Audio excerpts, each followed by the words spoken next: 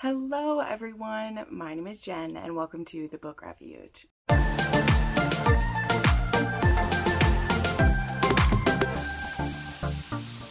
Hello everyone and welcome to a birthday recommendation video today.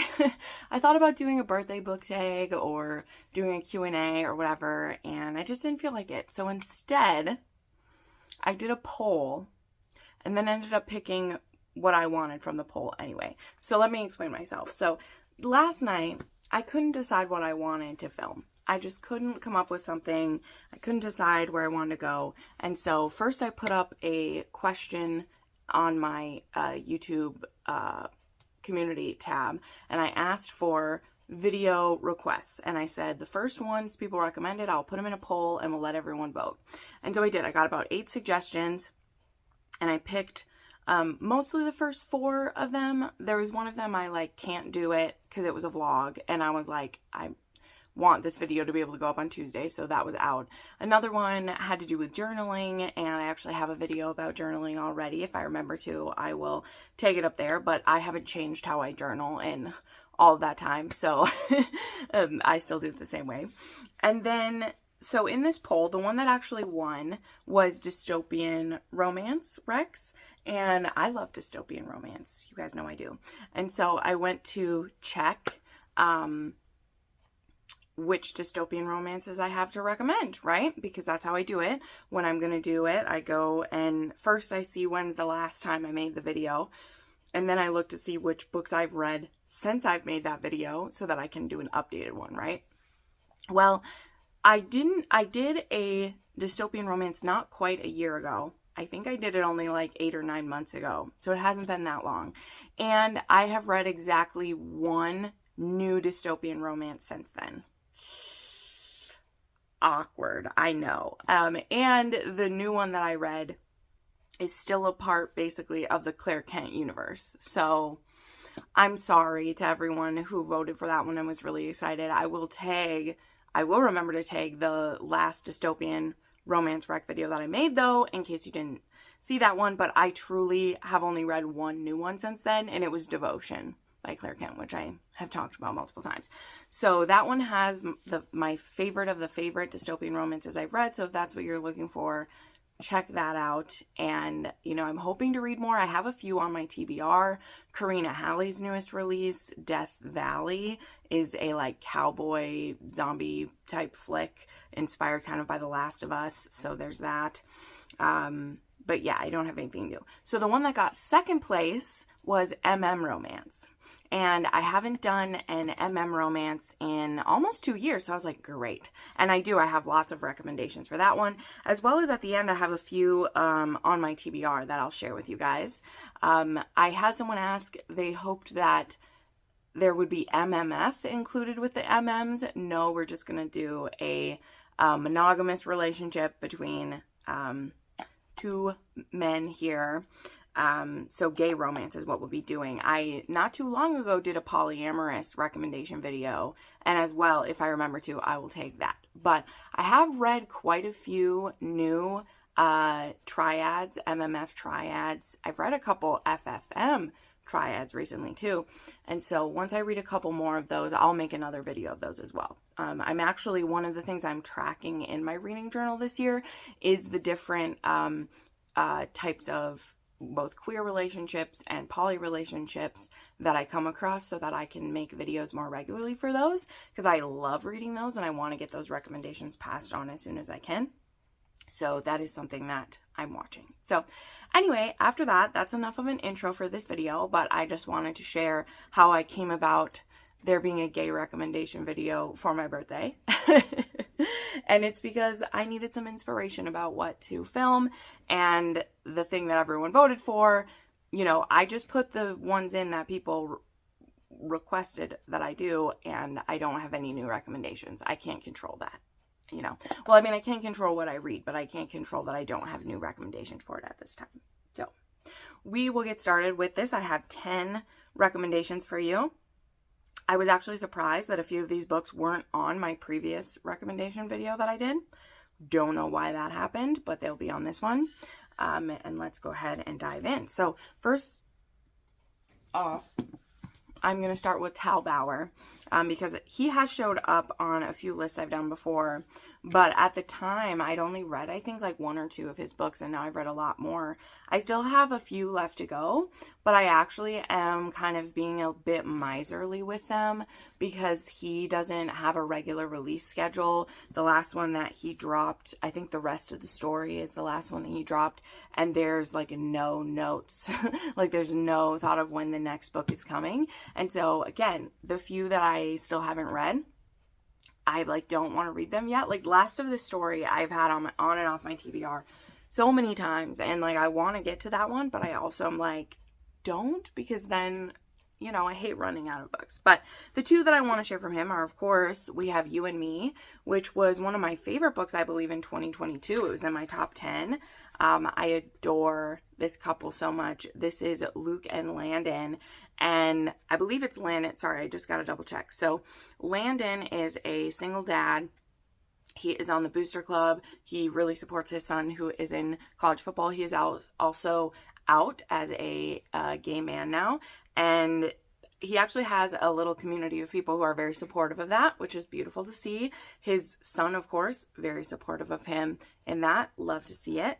And then we have Luke is a single dad and a widower. His wife died in a very sad way. I mean, it's always sad when people die, but like it was a very like tragic way that has left him pretty depressed and also feeling very numb. And so the chasm between him and his son has really grown. It's really grown big in the time since, even before the mom was gone, and they've just been really broken. And Luke is kind of at this place where he's just desperate for a closer relationship with Emmett, is his son's name. He wants that so bad. And so when he receives actually a letter that is like, I believe it's addressed to the mom, inviting her to like be a part of the booster club, he like goes and he means to like tell them, update them that like I don't have a wife anymore or anything, and instead he decides to take this opportunity to get closer to his son. That's what he decides to do with this. And so he shows up at this, you know, boosters thing, and he meets Landon, and Landon is like, oh my gosh, you're Emmett's dad, my son is friends with him, let's be friends, let me help you out. And so he gets kind of taken under Landon's wing, and he starts to get opportunities to be closer with his son. And so as his relationship with Landon grows, first as like a friendship, then kind of a bromance, and then moving on towards a romance, it's such a beautiful relationship. It's a very soft friends to lovers scenario, and it was just so believable how they fell in love. Even this man who he'd never, you know, I believe he shares that he possibly had thought men were good looking before, but he really truly hadn't even, you know, thought about men before. But there's something about Landon that just awakened so much in him, and it's so beautiful. It's so beautiful. And then on Landon's side of things, he doesn't want to be an experiment for anyone, and he himself, this is a single POV book, so we are in Luke's point of view the whole time. But when Landon shares with us, you know, he's like, I don't want to be a secret relationship to anybody. That's happened before. He's like, I'm out. I'm proud about it. I don't want to be a secret. But he is falling in love with Luke as well. And he doesn't want to fall in love with someone who can't love him back. He also doesn't want to pressure him into anything. So the two of them are just kind of in this, you know, but they've become very close friends. So anyway, that is this. And there's so many heartbreaking, beautiful quotes in this. You know, one of them, like right on the back of this one, is like, we're a puzzle made of 2 pieces. And I just truly, this is such a beautiful romance. I honestly would even suggest, you know, there are a few that I suggest as, I'm sorry to put it this way, but like starter gay romances. This is one that I would recommend because it's done so beautifully. Like, of course, not everything's done perfectly, but there's not a ton of like homophobia in this one. There's not a ton of like angst in the relationship. There is actually more angst in Luke about fixing his relationship with his son. And some of the scenes where he just, in his point of view, where he's just like, I don't want to lose my son. Like, I only have a couple more years where he will need me for anything, where he'll be living in my home. And like, I want us to have a bond that he won't want to walk away from as soon as he can. And like, I'm not a parent, okay? I'm not. But the way that Luke just longs for his son, like, this book is so beautiful on so many levels. So anyway, I didn't mean to gush for 5 whole minutes about this one, but this is one of my all-time favorite romances. It's a gay awakening, but it's also a friends to lovers. It's also, as I said, like a reconnection of a son and his father. Oh, and it's so beautiful. Like, it's so beautiful. Now, this does have some trigger warnings for grief, for drug addiction, for references to homophobia, though again, there's not a ton of harsh things in this one that you have to deal with if you are sensitive to that. It's just a beautiful love story. Absolutely. Now, the other one from Tal that I wanted to recommend is Gravity, and this one is a hockey romance. Yes, a lot of his are around sports. That one, it's around football. And this one is about Bryce and Hunter. And this one takes place in Canada and then in Montreal. It's in Quebec and then Montreal. And so Bryce, he is gay and he has kind of kept it a secret. And I believe, it's been a hot minute since I read this one, so I'm sorry, I'm reading it back here. But I believe that these two like had like a one-night stand, or I know they hook up somehow. And then Hunter, he, I believe, ends up on their team, or like he's invited to All-Star Weekend. And that's where they meet and have this thing together. But then somehow they end up like on the same team. And now the hero who he's hiding his sexuality, which I think they both kind of are, but for one, it's a like bigger deal because of his stardom that he has. Now this person knows his secret and is on his team. And not only is it a temptation because he's very interested in this man, but it's also could risk his career. So this one has a little more angst in the relationship going on, but what I'll say as the like tease to it, this one has a lot of like fear of homophobia and rejection. Okay.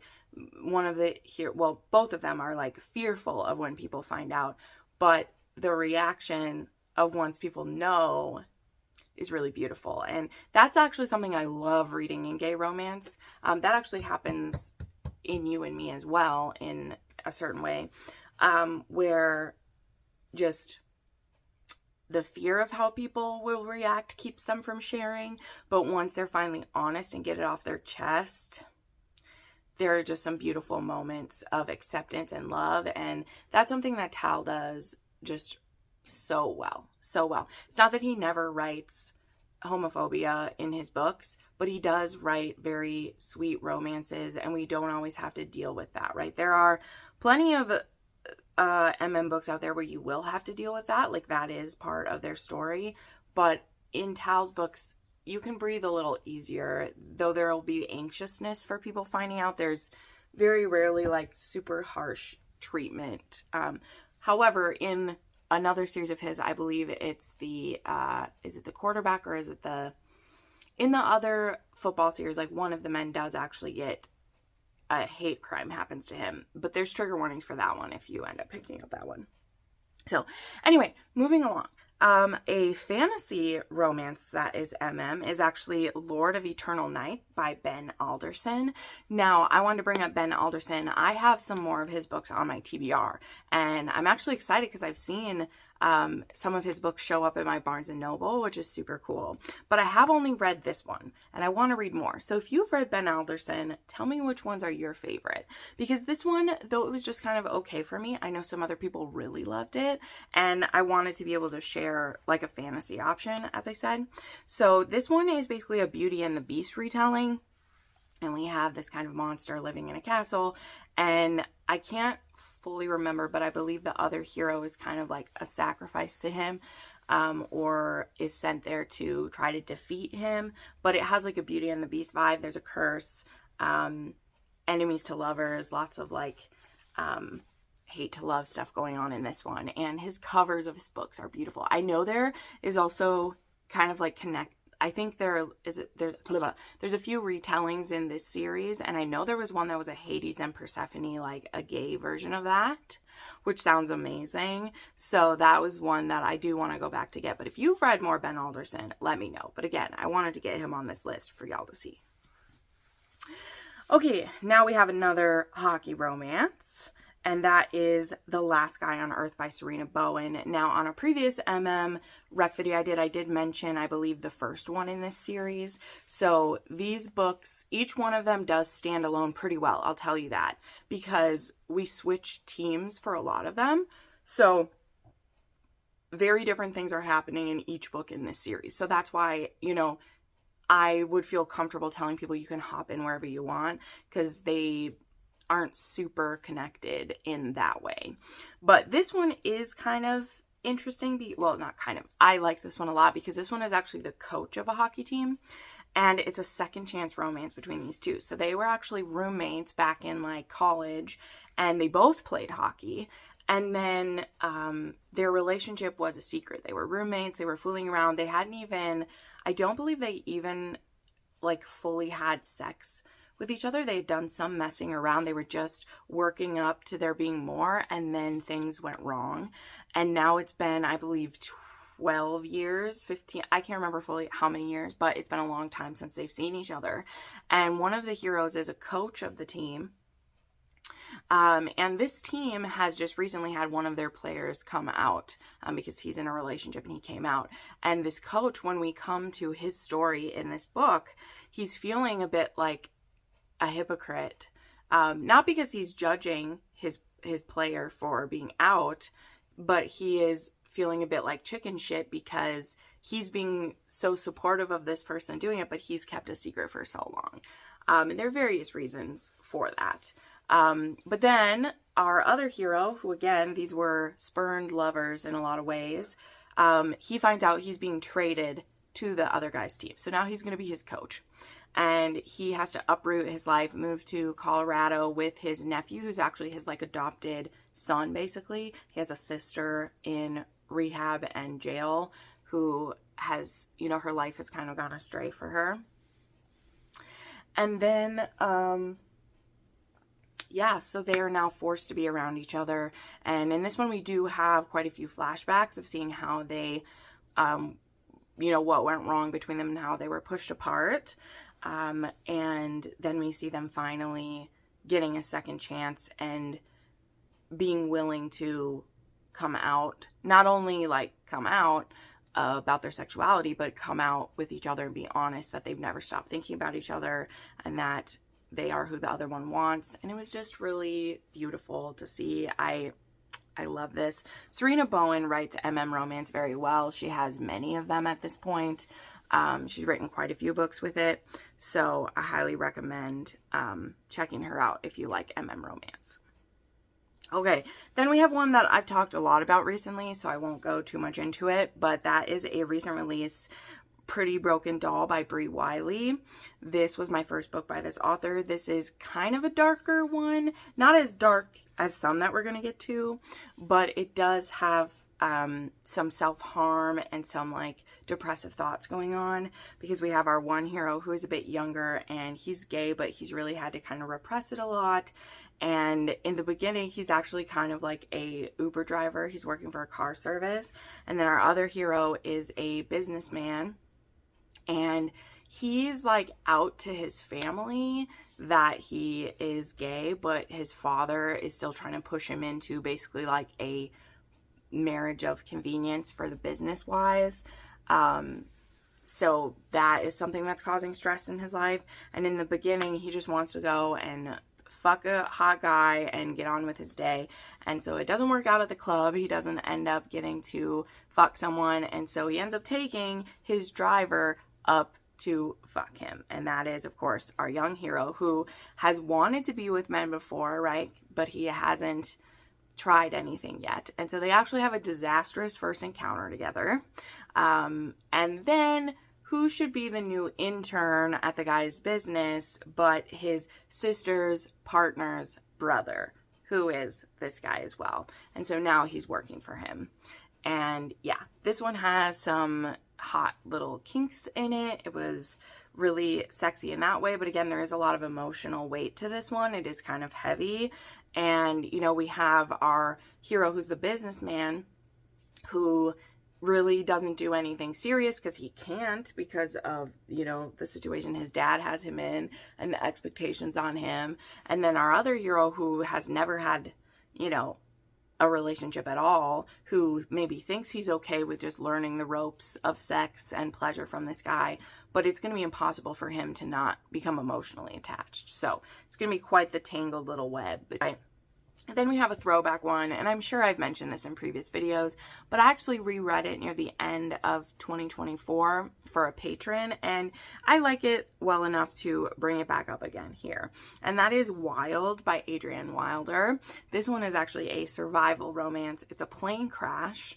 Our hero is on a small plane flying somewhere with a group of people. Actually, his boyfriend is on this plane, and they actually like break up on this plane ride because he finds out, I think the guy's been like cheating on him, and just in the middle of all this there's a plane crash and the plane breaks in half, and our hero wakes up and he's like partially out of his seat, he's still buckled in, and there's a bear sniffing around, and he sees dead people around him, his friends, the captain, all that. Doesn't see his boyfriend or ex-boyfriend anywhere. And then there's this man who's covered in animal skins who's scavenging this plane wreck, and he finds him in the seat. And so he has like a broken leg, he has broken ribs, like things are not looking good. But our bear of a hero ends up basically dragging him back to his the cabin, which he doesn't even stay at a cabin most of the time. We find out this isn't his cabin. It's a cabin he's allowed to stay in. The owner lets him stay there, but this isn't even where he normally stays for the winter. And that's kind of the issue, is that there's no way for him to like get him help. You know, he doesn't have a really great connection there. There is a, you know, there's supposed to be a radio connection, but it's not really working. And we have a very injured man. So they end up stuck together. But it does turn out that there are certain things that our bear of a hero could do to get them out of there. But there's a reason why he's hiding in the Alaskan wilderness, and drawing attention to him being out there would not be very good. And he also starts having feelings for this man that he rescued, and is not too eager to get him back to civilization, shall we say. So, yeah. Adrienne Wilder actually has a few gems hidden away, and I wish there was more stories from her that I was excited about. But, yeah, there are a few that I've liked, but there's also a, like, Master-Slave series that I don't really care for too much, and I wish that there was some other one she was writing as well. Okay, then we of course have to talk about one of my favorite books of 2022, which again, I was shocked that this wasn't on my list when I did it, but maybe it wasn't out yet when I made that video. There's of course God of Fury, and we'll talk about Rena Kent again at the end of this video, but God of Fury is a part of the Legacy of the God series. Now, a couple things I'll say.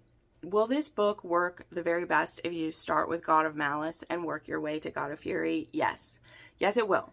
There's no ifs, ands, or buts. This book will serve you the best if you start at the beginning of the series and work your way to Bran and Nico. Now, there were and are plenty of people who, because this is an MM and the rest of the books aren't, will jump right to this book. There are also people who will skip this book because it's MM and they don't care to read MM. But this is my favorite book by Rena Kent to date anyway. There's a possibility for another book to beat it, but for now, this is my favorite. This was so emotional. This was beautiful. This was powerful. It was everything. And every time I've reread it, I've loved these characters even more, okay?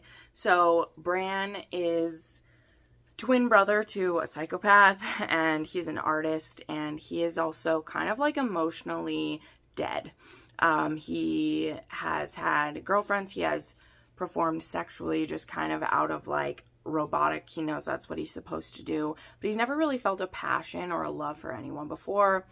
but he's from a really good family, and so he tries to uphold like what is expected of him, even if he doesn't really like feel that, you know, he tries to uphold what is expected of him, you know.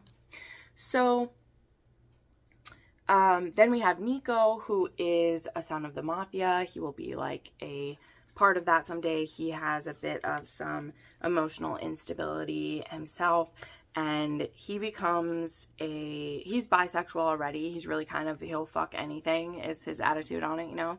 And he becomes obsessed with Bran, who he calls his lotus flower, who he begins stalking him. And at first it's just because he's curious about him and he likes needling him, but very quickly he becomes obsessed and he becomes drawn to him and he wants to make him his. And whether Bran is into it or not, he's going to, okay? Now, where some of the really powerful moments of this come in is that, again, Bran has repressed a lot. He's repressed some trauma that happened to him. There are secrets he's keeping from people that he loves, and he's really just kind of bottled it all up inside. And when he is sparring, you know, mentally and verbally with Nico and being like twisted up into pretzels by him, he can't help but be his true self. And it just frees something in him that is just, it's so powerful and beautiful to see. And so I just love this relationship so, so much. And again, we'll come back to Rena Kent in a minute, but that is in my top I've ever read and my favorite Rena Kent. It was one of my favorite books of the year I read it. Just so, so good. So powerful. Okay, then we have a book that is kind of like mafia adjacent. It's more of kind of like an assassin type story. I don't know how to explain it, but there is Hug It Out by Davidson King. And this one we have Rawdon Darcy, and he is a notorious assassin. So he travels the world taking out bad guys is what he does. So he becomes unhappy and withdrawn after a job goes wrong, and he just doesn't want to be in this life anymore. But then, like, his older sister gives him a birthday gift that is a professional hugger, okay? So there is Teddy Harris, and so he is supposed to do this month-long companion contract, where he's supposed to be a companion for Rawdon. Now, this isn't sexual at all. Like, Teddy does all different types of companionships. He's helped elderly people. That's actually how he first got into it, is I believe it was like his grandma was in a home and there was no one coming to visit her. So he is a professional at doing this. It's not supposed to be anything sexual, but it's about making people feel loved and cared for, and it just fulfills him to do that, you know? Like, makes me think that Teddy would be a cross between physical touch and acts of service as his like love languages, and you can feel that, okay? Like, you can feel that in him. It's really beautiful. And so you know, Rawdon is very against this. He doesn't want this to happen, but he also doesn't want to worry his sister. So it's this weird dichotomy. You have this badass assassin who also doesn't want to worry his sister about him. So he agrees basically to have Teddy move in with him for a month, but like, that's all that it's going to be. He's like, I don't want the companionship part. Like, just live with me so that you can tell my sister you did, blah, blah, blah. And Teddy's like, okay, I will. And then as they spend time together, things are going to grow. But again, there are secrets Rawdon is keeping. Like, Teddy doesn't know what Rawdon does for a job. And like, where can this even go with them if he's keeping a secret that big? So, very interesting. And this is actually a part of a whole series. I've read the first 2 books in it. They're all I need to continue with them. But I really enjoyed that one when I read it. It was really good. Okay, then we just have actually a novella here real quick. We have Mafia Devil by Mila Finelli.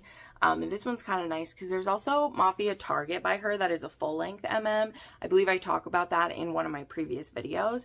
But this one's came out since then, and it is a quick little novella in the Kings of Italy. It's book 4.5. And this one is between Nikolai and, let me just look up, it's been a while. This one is between Nikolai and Theo. And they kind of have a hookup with each other. And